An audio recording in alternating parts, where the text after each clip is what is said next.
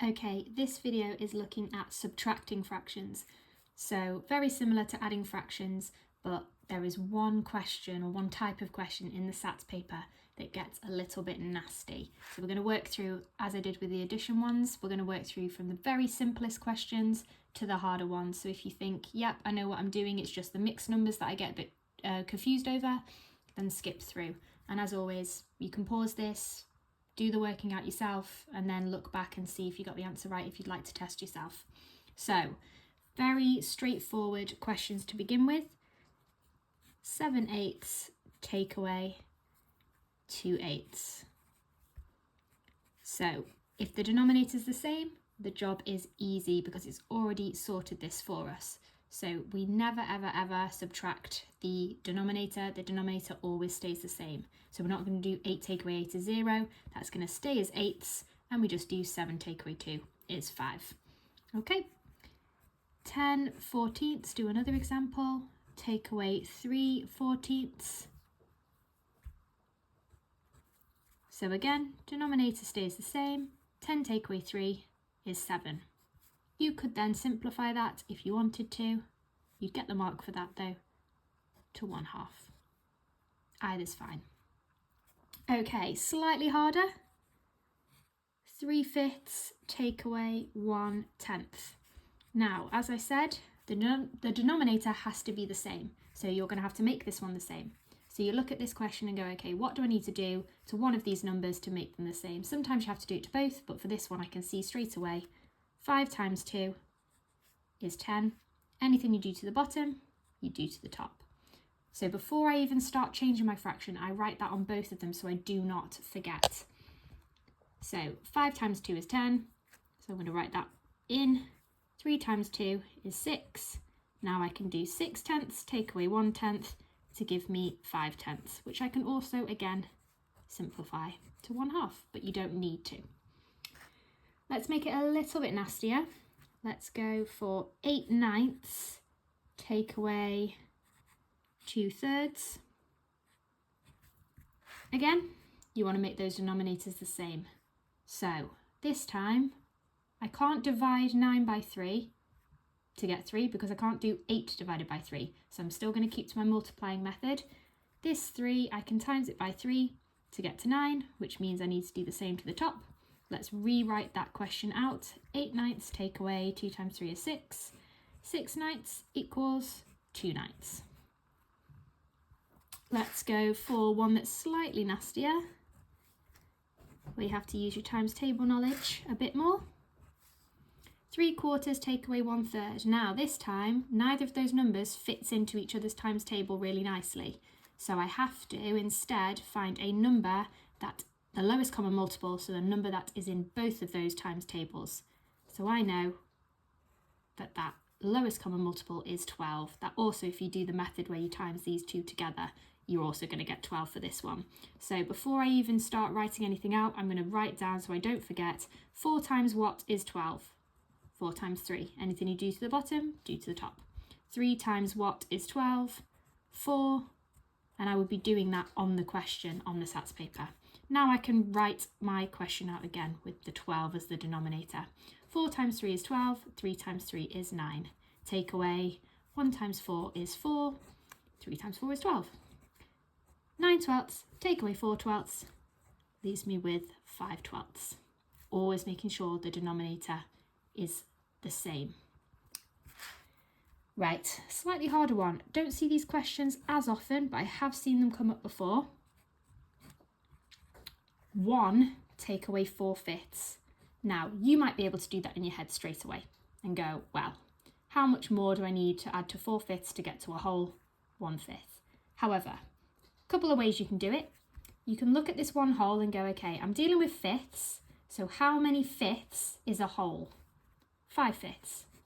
And then off you go to answer your question. You could also, if you're not sure on that, you could do what we do with the timesing and make this into a fraction. That would look like 1, 1. And then do the exact same thing as you've done before. What can I do to 1 to get to 5? Because I want them to look the same. Times it by 5, times it by 5. And then you also end up with 5/5. Take away 4/5. equals 1/5. Those can get a little bit nastier if it's not 1 whole. Say we've got 3 wholes, take away 2/3. So then, again, you need to make this. You can either make it 3 ones and then figure out what you need to do, or you can look and go, okay, I'm dealing with thirds and I've got 3 lots. So I've got 9/3, take away 2/3, which leaves you with 7/3. Or if you're going to put that back into a mixed number, how many 3's go into 7? 2, with a remainder of 1. 2 and 1/3. Okay. Those ones, as I said, I don't see them very often, but they do come up sometimes. Right, these are the ones that are a little bit nastier. Let's go for 4 5/7, take away 2 21s. Okay, first thing you want to do, just like we did here, we need to make the denominators the same. Don't worry about the big number for now. Let's make these denominators the same. So I'm going to put the whole number in so I don't forget. 5/7, take away 2 21s. Okay, what can I do to 7 to get to 21? Because I know that 21 is in the 7 times table. Times it by 3. Times that by 3. Oh, they're falling out behind me. 7 times 3 is 21. 5 times 3 is 15. 15, take away 2 21s. Now, this is a nice subtraction because you can do 15 21s, take away 2 21s, leaving you with 13 21s. What sometimes we do forget to do though is remember that we've still got that whole number. So we've done 15, take away 2, but we need to make sure we put that whole number back in. That's a nice subtraction where you don't have to do anything. We're going to get to the ones that are a bit nastier than that in a minute. Okay, next one, we're going to do a nice one again. So 2 2/5, take away 1/6.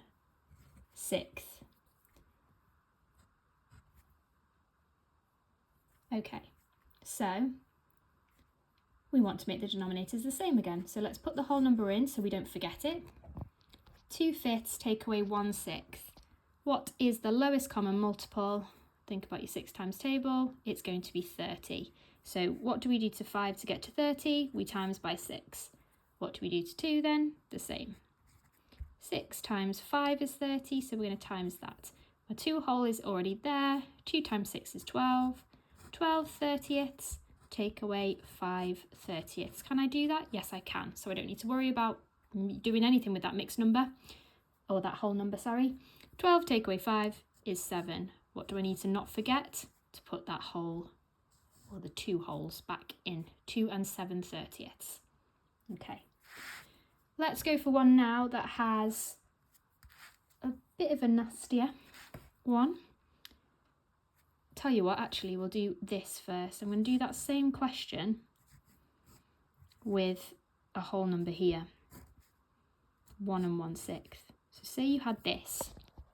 What would you do first? Well, what I would do first is I'd do what we did before. So figure out what is the common denominator, which is 30. The reason I'm not straight away doing the mixed numbers, the whole numbers, like I did in the addition, is because I might need to use it and it's always worth having it. So let's figure that out. So we did that before. 12/30, take away 1 whole and 5/30. That will leave you with 7/30. And then I do my subtraction of my whole numbers. 2 take away 1, 1 and 7/30. It's important that you don't do the whole numbers first, and you're going to see why in a minute. So let's do,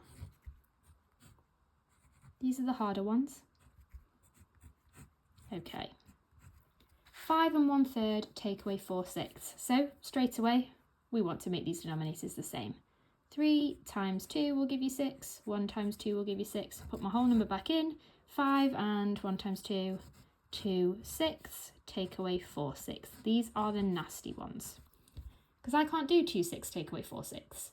So there is 2 options that you can do for this. You can, option 1, convert this whole fraction into an improper fraction. So to do that, you have to go, okay, I'm dealing with sixths and I've got 5 wholes. So I've got 5 lots of 6. To do that, you can times. 5 times 6 is 30.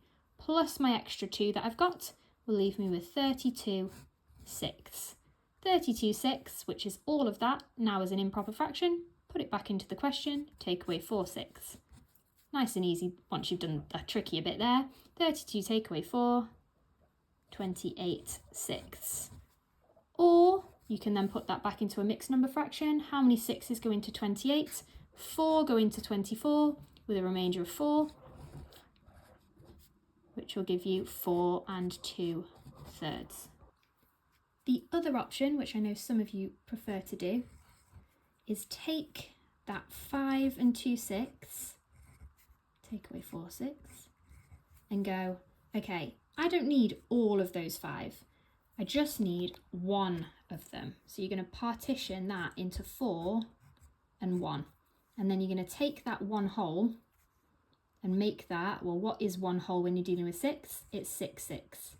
So now you've got 6 6, add your 2 6 up here that you already had, which will give you 8 6. 8 6, make sure you put your 4 in because you had your 4 holes. 4 and 8 6, take away 4 6, which leaves you with 4 and 4 6. It's looking like the answer we had before, or 4 2/3. I prefer this method personally because I don't mind converting mixed numbers to improper. But if you prefer to do it this way, and I'll explain that one more time. So you take your 5 holes and you go, okay, I only need one hole to make this bigger than this. So I'm going to put the 4 over here, take that 1, make it 6 6, because it's one hole and we're dealing with 6. So you've got all 6 of them if you've got a hole, plus your extra 2 that you already had here. So that'll give you with 8 6, put your whole number back in so you don't forget it, which is 4 now because you've used up that 1. 4 and 8 6, take away 4 6 is 4 and 4 6. Hopefully that helps.